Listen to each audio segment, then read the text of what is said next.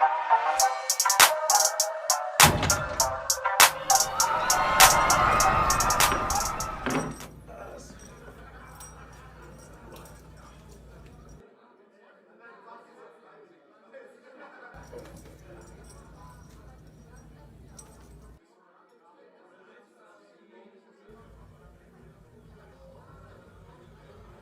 we unmuted. Now we unmuted. What's up, everybody? Welcome to Unmuted. Turn me up now. Now we unmuted. I'm about to be one of the best to ever do it. Simp 7 in the building, you already knew it. Roll up my sleeves, so let's get to it. I'm walking with my purpose, I'm walking in my vision. So that means I'm just a man on this mission. I'm just a comedian that happen to be Christian. So let that beat drop, give them what they missing. Yeah. Now we unmuted. Now we unmuted. Here we go. Welcome to Unmuted, one of the best shows, the upcoming shows that the nation have ever heard of or even seen. Today on Unmuted, we have a national icon. This brother has been singing on TV since the early 2000s. He has been on My 600 Pound Life. And now all of a sudden he has found himself on the Rickey Smiley show, uncontracted. But today he is on Unmuted with your host, Simp 7, also known as my legal government name, Scott Simpkins. And I'm happy to have none other than Mr. Larry Buttermilk Biscuits Myers, y'all. Come on, put them hearts, put them loud, come on, put some comments down there. What's up, Larry? How you doing, man? Good, man. I'm not gonna complain at all. You're not gonna complain at all? I'm happy. Okay, you happy. That's what it's all about, man. That's right.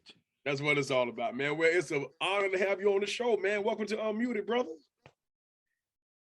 Been a minute, but we got it together now. It's been a minute, but we here now, bro. It's been a minute, but we here now up in this mamma jamma, man. So, man, let's dive right into this interview, man. Let's, just make sure your connection is good with the audio and all. So, let's start back from your childhood, man. How was your childhood coming up? Where you from, and how was your upbringing? Originally from Yonkers, New York. My childhood, my mom and daddy spoiled me right, and I think that was part of my weight issue. Let's tell the truth tonight. Okay, hey, all the rotten kids, all parents with rotten kids. Okay, let's throw that out there. All parents with rotten kids. It might be a weight problem for what he just said. Let's just throw that out there right now. Let's go cover that now. But go ahead, dog. Didn't want for nothing. All right. So did you grow up in church singing all the time? Church, always stayed in the church, still in the church. God is good. I grew up singing in the church, yes. Making all my crazy faces, hitting all my notes, yes. Hey, those crazy faces that made you famous, man, but it's all good, though. Right, it's all good, man. Yeah. So who was your favorite singer growing up as a kid? Reverend James Moore. James Moore. Yes. Yes. Do you not know, Larry, that people are not giving this man his flowers since he's been gone? I don't hear nobody talking about James Moore, man. Bad. He is one of my all-time favorite male singers, bro. James Moore was the baddest. Even when he was blind, he was still killing them, bro. You feel me? Yeah. Reverend James Moore. All right. Is. Yeah. And what's up now? Thing. Man, your audio going in and out a little bit. The peace thing. He did a remake of God Bless the Child. Yes. There you go. Okay. So listening to James Moore, growing up in church and having a good time with your family, was you shy to open up your mouth and sing? Because I mean, in our Black culture, if you can't sing, we're gonna stab you. I don't understand why we like that in our culture, but if you can't hit your notes just right, we gonna laugh. That's just how we was brought up. I don't understand how it happened. You never been shy? No, never been shy. The first time I went overseas, I was like 18, 19. You say you went overseas? Okay, where did you go? In Copenhagen, Denmark. I went over there and I did a little mini tour. Yeah. At the age of 19, you went to Denmark? In Denmark. Oh, that's dope, man. That's awesome. Okay. Did you meet anybody over there? Did they get you all autographs and all that good jazz? Autograph, but I did a lot of work with Thomas Blackman. He's an international producer, and I did some work on one of his albums. Okay, Yeah. that's what's up, man. That's what's up. Okay. That's dope, bro. You know, a lot of people don't even get a chance to go outside their city, man. At that age, bro, you done went all the way to Denmark, bro. Definitely. That's what's up, man. All right. So you were singing and you became an internet sensation when YouTube first came out. Yeah, man. Lesson, but it has also been a curse too. It's been a curse. How so? Man, let's get right into it. YouTube, man, I know I make some weird, crazy faces and all that, but when I was doing some of those videos about that everybody just shared all over the world, I would say those videos about 9, 12 years old. And I was in actually a nursing home at that time because I had got so big, I couldn't take care of myself. Wow. And I was just singing to keep myself occupied, and I was upset. So when people like began to share some of those videos, it kind of bothered me a lot in the comments. And that's why I realized with social media, not to pay attention to the comments, because a lot of people out there, some, not everybody, but some of them people out there are mean. They hide behind the computer and just type. But unless you actually know the person and know what they have been through, you should zip. Right. So in other words, you do have a lot of internet thugs out there. Trust me, I know all about that. You hide, you're hard behind the computer, but when it comes time to face up to the actual man, you back down and you don't even show up. Yeah, man, I see that. And when you saw those comments, how did you feel about that? No, I got tough skin. Let's back up a little bit. Yeah, your audio went out again. The phone on silence. Okay. Done that from the beginning. Do not disturb. Oh, people calling you while you're on the interview, bro. They can't be doing stuff like that. I don't like that. I feel the way. Thank you, Miss Wilson. No, but what I was saying was, this is my second go around with a weight loss surgery. And my highest weight, I was 940 pounds. 940 pounds? 900, when they weighed me in the bed and I could not even walk, I was 940 pounds. Wow. It's in the back of a pickup truck and carried to the hospital. All types of things. They paraded me like it was in a Thanksgiving Day parade. It was snowing and it was all kind of stuff going on in White Plains, New York. Wow. I went away with Richard Simmons and I had to lose a lot of weight naturally. And then I had a sleeve done. So you say you was with Richard Simmons? You was with the famous Richard Simmons? Oh my God, I'm a pony. I'm a pony. Come on, you can do it. Yes, you can do it. Yes, yes. Love yourself. Express yourself. Feel the love. You can do it. You was with that guy. I had no idea, bro. Oh, yeah. Wow. Okay. Yeah. All right, let's put in the comments if you can hear everything that he's saying, because I kind of feel like it's going out on my end or whatever. I can like hear him going in and going out. If anybody can hear him, please let me know in the comments so we can fix this and let me know what's going down in the comments. But yeah, so you was with Richard Simmons. Yeah, like I can't hear you now. You hear me now? I hear you. I don't know why it's going out. Do you have a head? What about now? Yeah, I hear you. I'll keep it close. Okay, all right. Okay, so you got the Richard Simmons and you began to lose weight the natural way. Now, let me back up a little bit. Let me back up. As a kid, have you always had a weight problem? Always had a weight problem and always loved food. Sweet potato pie. Sweet potato pie. One of my My mother- favorite pies, bro. Hey, look, that sweet potato pie, man, that thing got a hold of me one day, bro. Oh, yes, it did. It got a hold of me. I mean, it got all up in my chest. See, my mom is a cook, bro. And I know your mom a cook too. I know your mom was a great cook. That's how I started. How it started, exactly. Uh-huh. We'd be So, making, I would be in the kitchen humming, and she would tell me, if you don't get out my way, boy.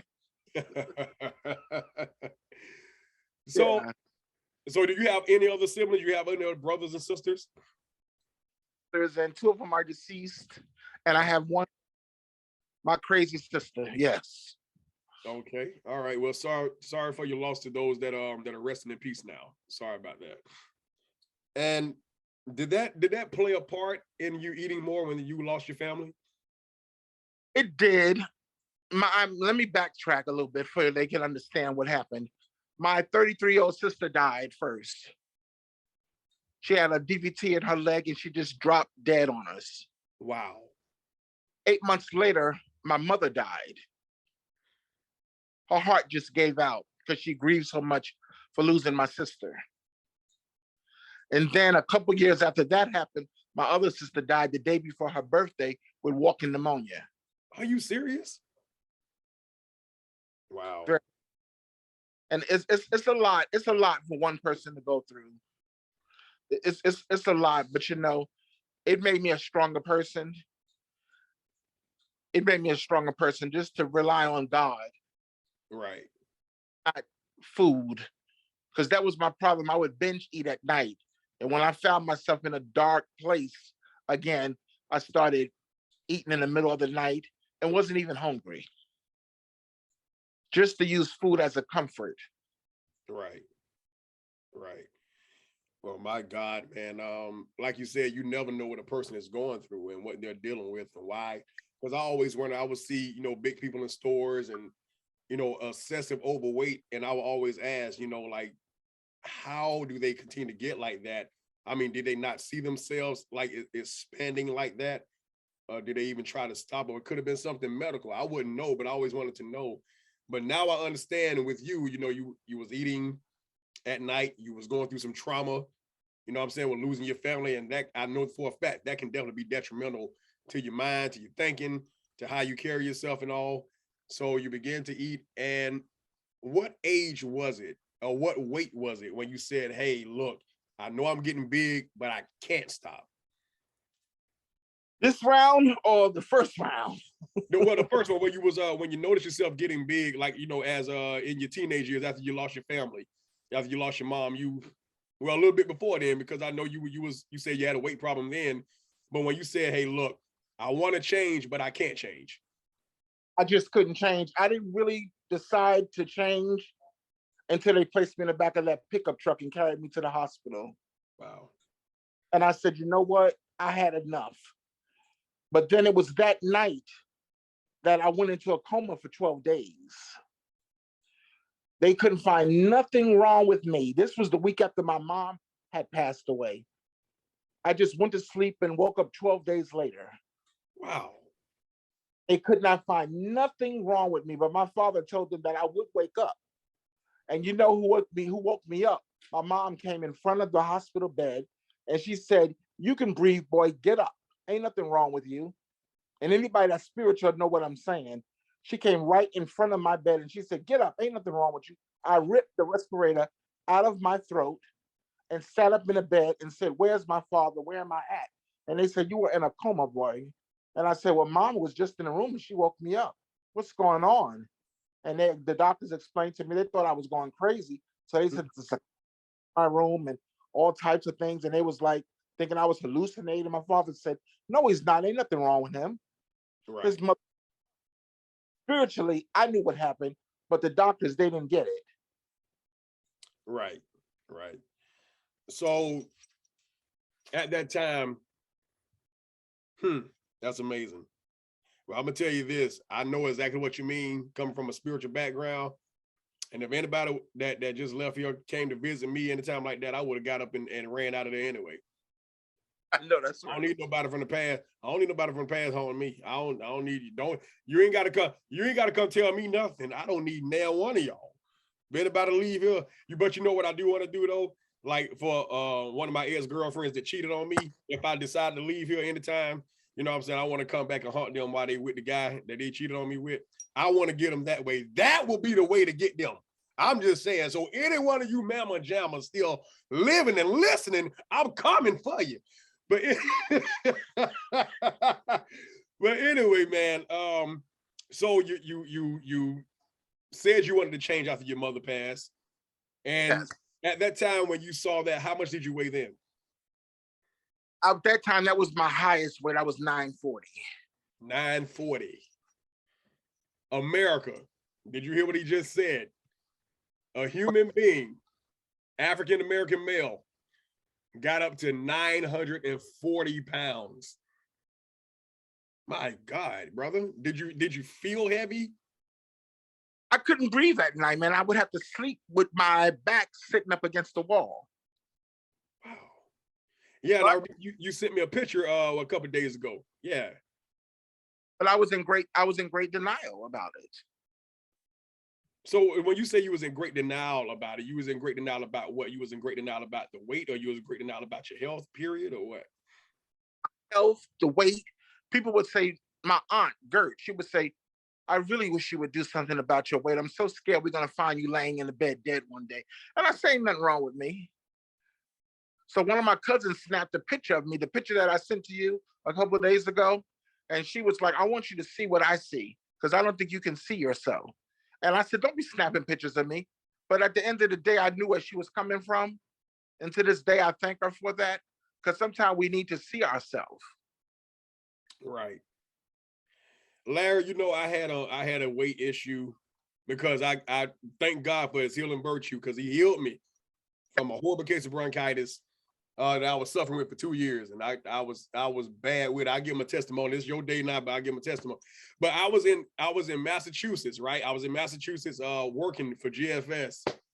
And we was at the hotel, and I was in my room, and I took a bath. I like to sit down, bubble bath, like get my Ajax and, you know, my Dawn and pour it in. I don't like the other stuff. I like to pour some Dawn. I like a real bubble bath, you know, get all that good muck off me. And Larry, I stood up and I looked at the mirror, because sometimes when I was pumping iron, I look at him and I'm like, Scott, you got it going on. But Larry, when I tell you, when I looked at that mirror and I saw the water and the steam glistening off my body, it looked like I was a pack of meat being thawed out for supper on Sunday morning. That's exactly what I looked like. I said, something gotta give. I hate myself. That's right. Oh, Lord. True story. True story. True story. But I give a testimony about what happened to me at a later time, man. But this is your day, man. But when you saw that you need to change, you just started to make a change. How did you lose the weight? I started putting my food in Jell-O cups. So wait, you start putting your food in Jell-O cups? You start putting your food in Jell-O cups? 1,000 Jell-O cups off Amazon. So Bill Cosby was helping you lose the weight as well. The Jell-O put the pudding, you take the pudding out of the cup, you put the food in the pudding, and don't take the pill that's in the pudding too. Nah, my bad. Love you, Bill. You ain't do nothing. I know you didn't. I was there. But so you put it inside of the cup, and you start changing how much you eat, right? There it is. America, you heard it. Push back how much you eat. You ain't got to go completely drastic and not eat what you want to eat. I tell people this because I used to personally train. Don't cut out all your foods. There Continue it is. on. Continue on. So then I just portioned out my food because I was too big for gastric bypass, sleeves, anything like that. So I had to lose a bunch of weight on my own. And I did. And then I found the doctor, and I wound up having a sleeve. And it was very successful for a while. I had some skin operations and everything like that. And I was exercising in the gym, doing real well. Then I fell outside in the snow one day. And I started getting in a real deep depression about my mom, and just everything started bothering me. Always suffered with deep depression after my mom died. Right. How she just grieved so hard. Sometimes I wonder, was I actually too close to her? Because it affected me. To this day, I still talk to a therapist about it because it makes me leery. One day I would love to get married and have a family of my own. But I said, the way I felt about my mother, I could imagine if my wife or children or something like that died. That was the first time I actually ever seen my father fall down on the floor, is when my mother died.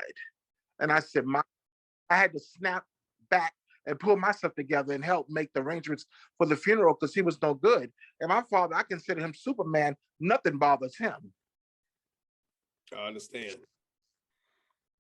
I started thinking about everyone that I lost in my family, and just, there's no excuse. I started eating in the middle of the night again, and the weight just piled up again, like within 6-7 months, especially when COVID hit. I know I at least put on over 100 and some pounds real quickly. Wow. Oh yeah. That family death is nothing to play with. It's nothing to play with. I lost my father Christmas morning 2004. Really? Yeah. So every year you can't forget about it.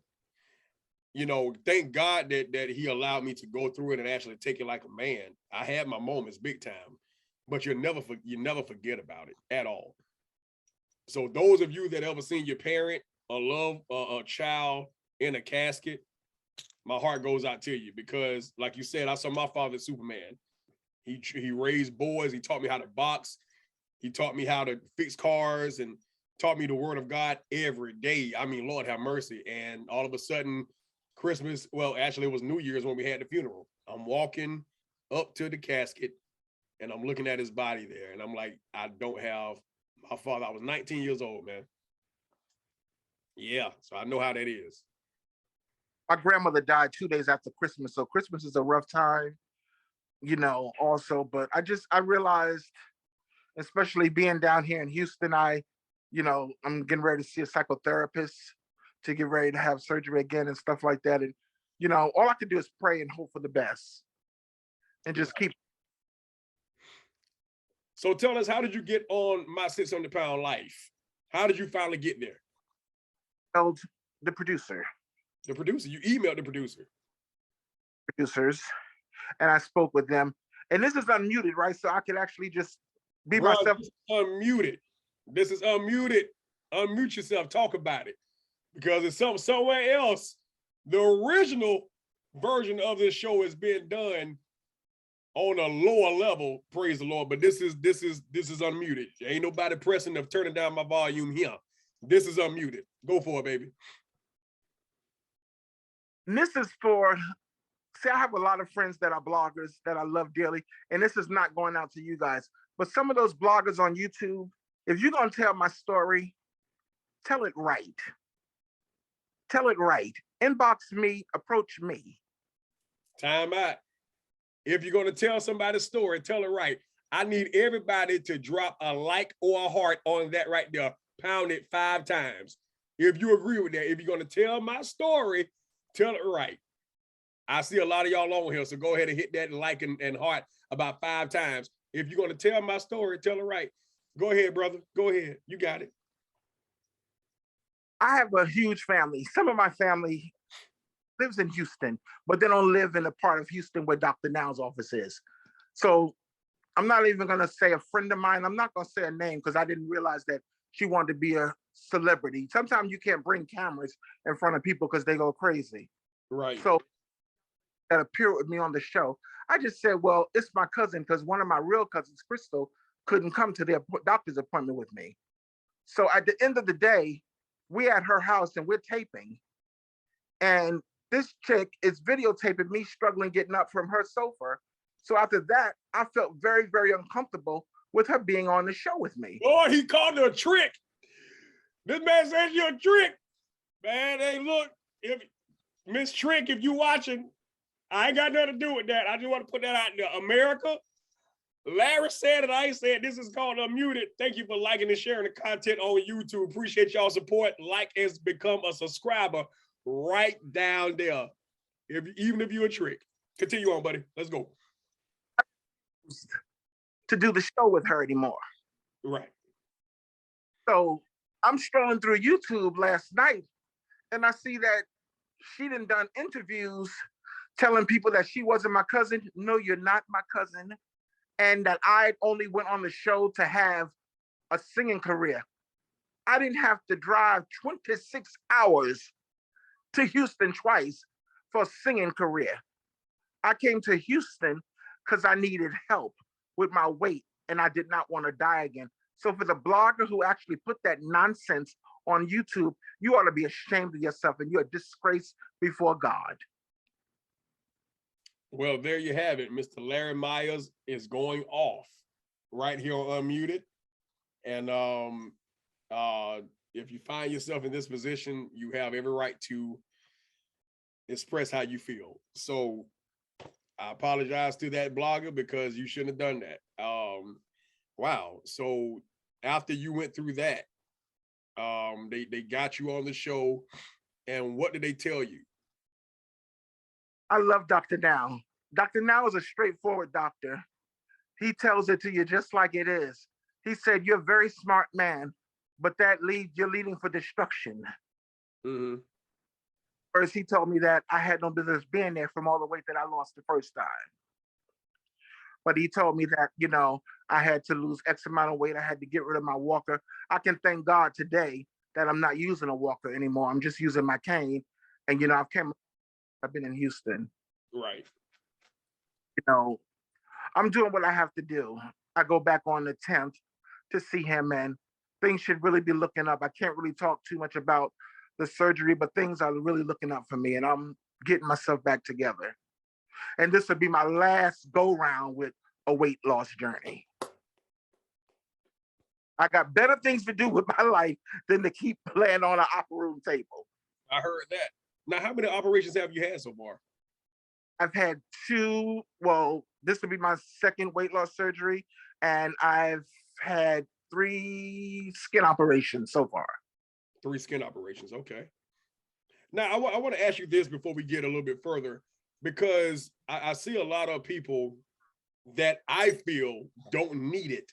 They're getting that gastric bypass or putting the sleeve on the stomach or getting the paper clip put down there. I'm like, listen, your boo-boo is going to get stuck in your elbows some kind of way. I'm like, don't that, Larry, I'm just saying that look, if just lose the weight the natural way. I know you had to do it because you got up there, but they're not up there. And I'm like, dude, come on, man. Like, you had to take, like, you get your body snatched and you had to take skin from down there to put right here. You had to take skin from over there and put over like the scarecrow. They took my body and they put it over there. He took my legs and put it over there. I'm like, somebody told me to kiss they behind. I didn't know what part to kiss because I'm like, you some of your skin from your butt is on your arm. So should I kiss your arm?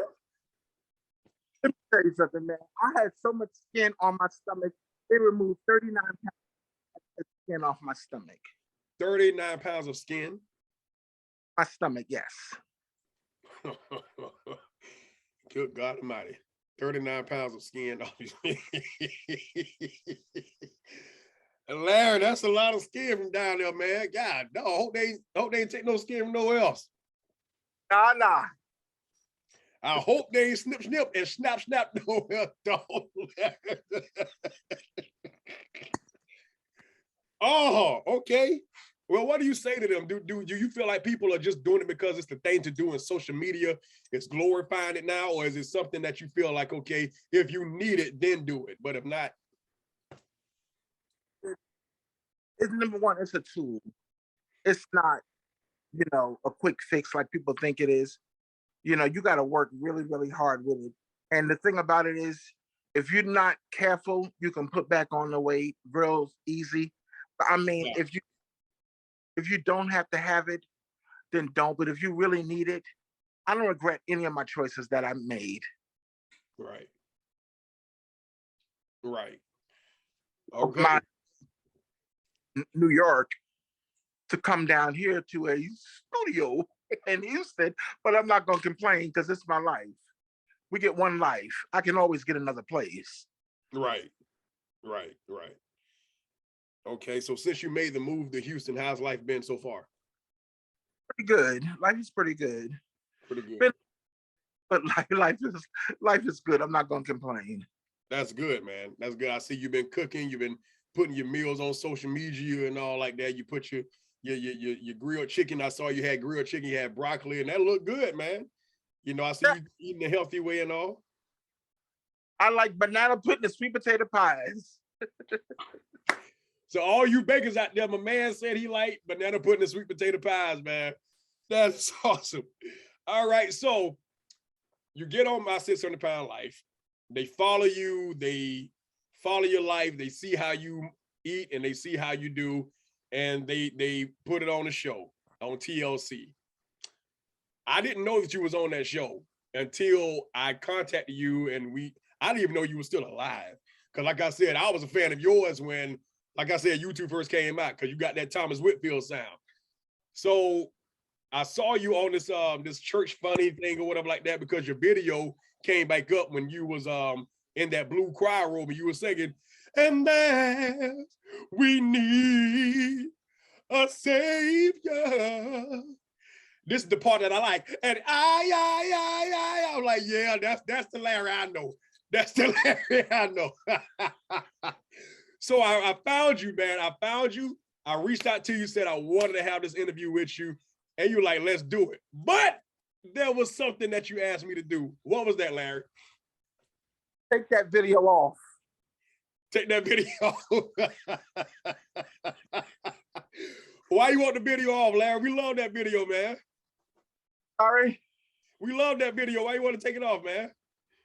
That's out there that's good with computers. Please inbox me and help me get these videos off of social media. Oh my God. So they put you on the table and the doctor told you what? Because it looked like you was about to die. So what did he tell you? I just drove to Houston. Mm-hmm. Hours. How long? Hours drive. 6 hours. 6-hour drive.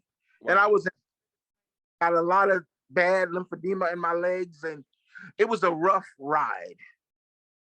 It was a rough ride. And the doctor said that he had did his research and he see what a smart man I am, but that leads for destruction. And what do I want him to do? That's why I have so much respect for Dr. Down, because he gives it to you just like it is. A lot of people get mad with him, but I think he's hilarious. And he said to me, you're a very smart man. Why do you eat so much? And I said, doctor, I'm working on that. Mm.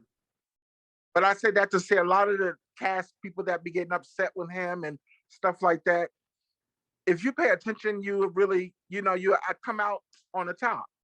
Right. And I have nothing negative to say about anybody. They treated me with the utmost respect and first-class treatment all the way around.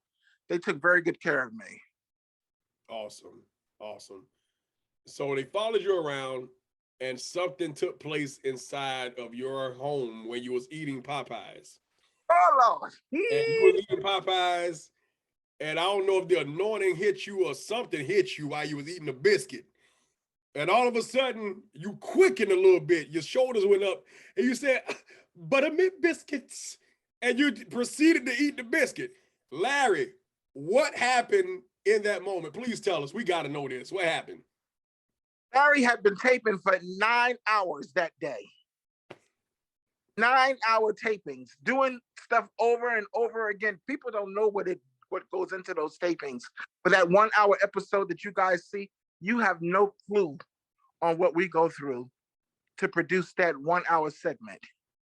I was hungry. And I felt my help coming on. Hey, glory. And I reached this side there, and I just had to say buttermilk biscuit. And I bit in that thing, and it was good. Man, that thing shot over the internet, and people been making memes, posting on social media. And that's how they know you now, the buttermilk biscuit guy. And now all of a sudden, somebody's ear and their comedic status went a little bit more up, and they very famous. Starting to see you on Rickey Smiley show now, bro. What's up with that? Oh, yeah. Rickey Smiley. At first, I thought I said, I understood that it was just comedy, and my good friend Beverly she broke it down to me also and told me, you know, you can't get upset. It's just comedy. And I realized he didn't mean no harm. At first I said, is he coming after me? But it's all in fun. It's all in fun. And I don't take it personal. I really don't. Right. Because like I was saying, man, listen, you can be on his show as a sound bite, you know what I'm saying? Because he had Pastor Fred on there for quite some time before he passed. You know what I'm saying? So, hey, look, you know, Rickey Smiley, if you ever get around to this video and see it, we're going to email you, man, and make this man part of your team, brother. Make him a part of your team. Oh, yeah. So after Buttermilk Biscuits and all like that, did you have the surgery on that show, after that show, to lose weight, or how did that work? Can't really talk too much about that, but there's more to come. There's more to come. So when we was on the phone, you said, man, I thought you was calling me because you got a song for me. Yes. Now, Larry, I must admit, I've recorded before, but I never wrote a song, put the music to the song, put the background vocals to the song, go to the studio and record the song, complete the song, go back and clean up the access mess on the song, and voila, you got a song. That's my first time doing all of that. What's up? Not a song. I got a hit coming called Lord, I Thank You. It's coming. That I just have to stop and tell you, you know, you really blessed me and just went out your way to help me with that. And I'm very grateful for that. Well, man, listen, I believe in helping. And that's what I want people to know about this show. We're not here to slander.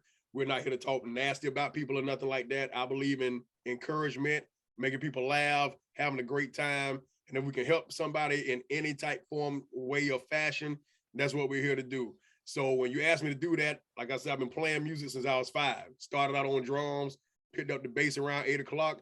I mean, not 8 o'clock, Lord have mercy. Picked up the bass around 8 years old. And, you know, God bless my life. My parents, my mom and dad, pastors in the church, they prayed over the womb. All 7 kids, I'm the last out of 7 kids. All 7 kids out knowing how to sing or play something. So I reached further down in my bag that I didn't know that was there. It was there as a kid, but, you know, people push it away. Oh, no, you.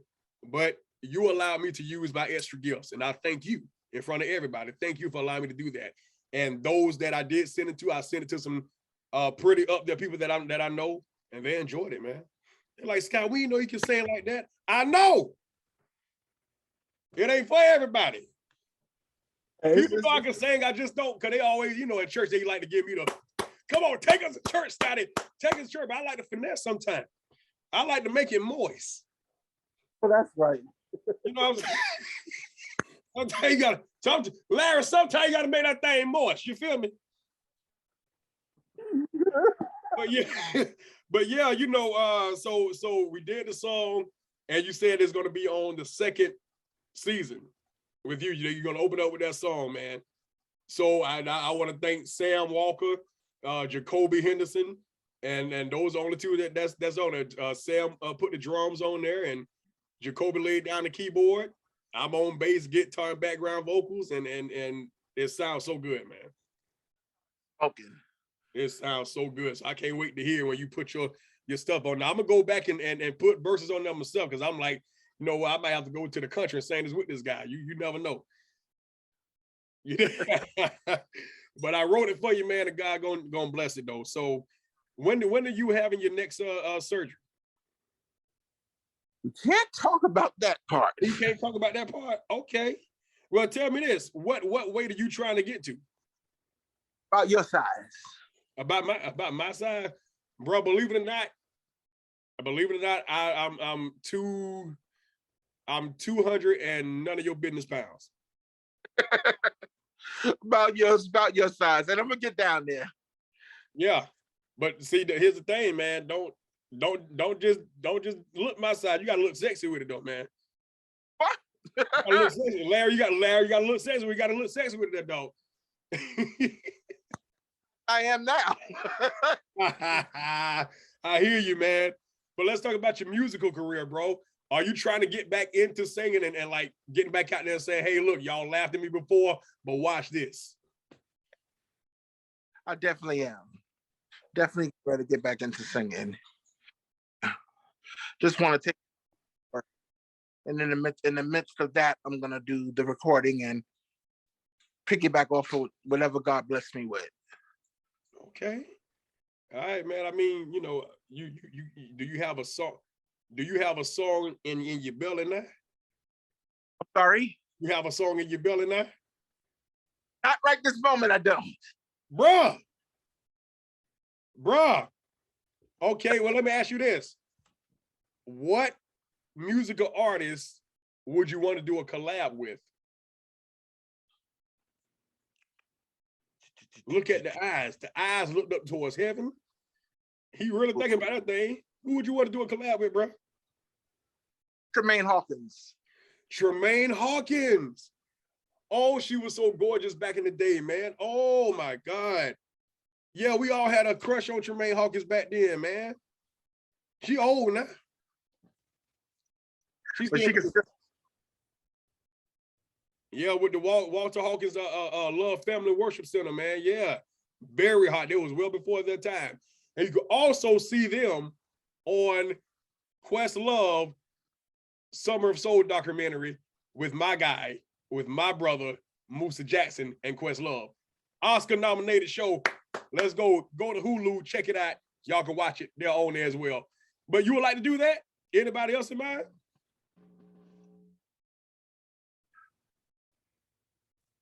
I like older singers. Older singers? Well, my grandpa's no longer here, Rance Allen. Sometimes you try to do stuff like him. All right now. Yeah, Papa Rance is going on, man. That really messed me up. Oh, that's right. That was a tragedy. What about Marvin Winans? You would like to do one with him?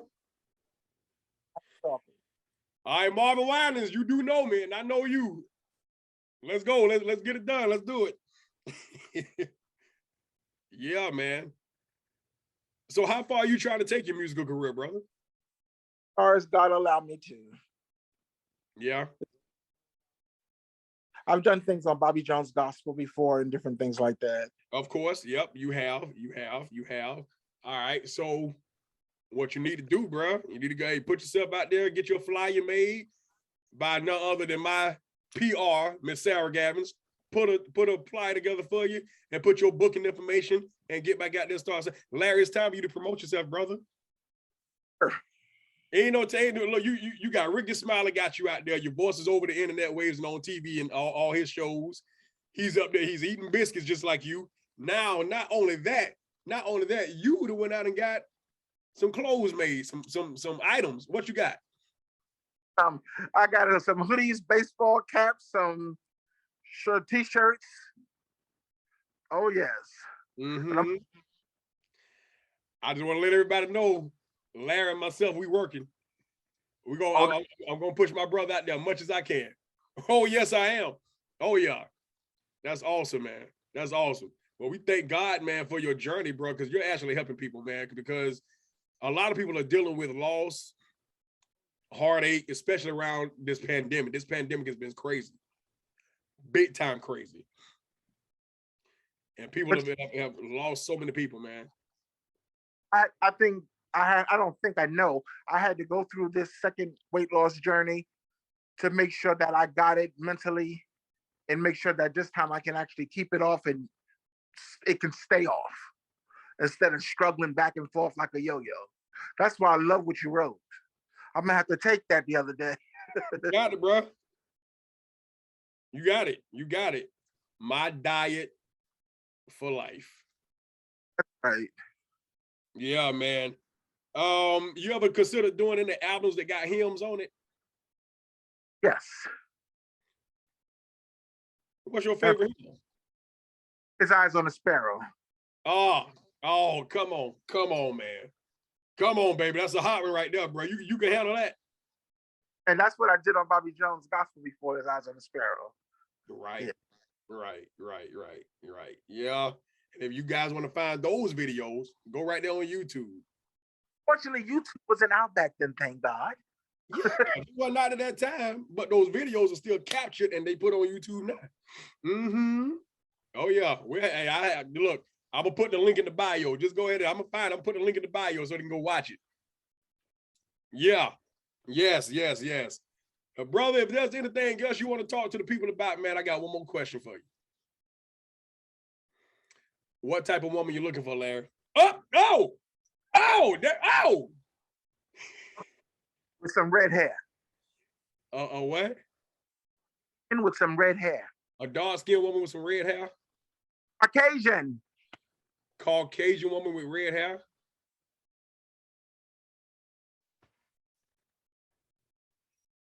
Is there a problem? I digress. There's no problem here.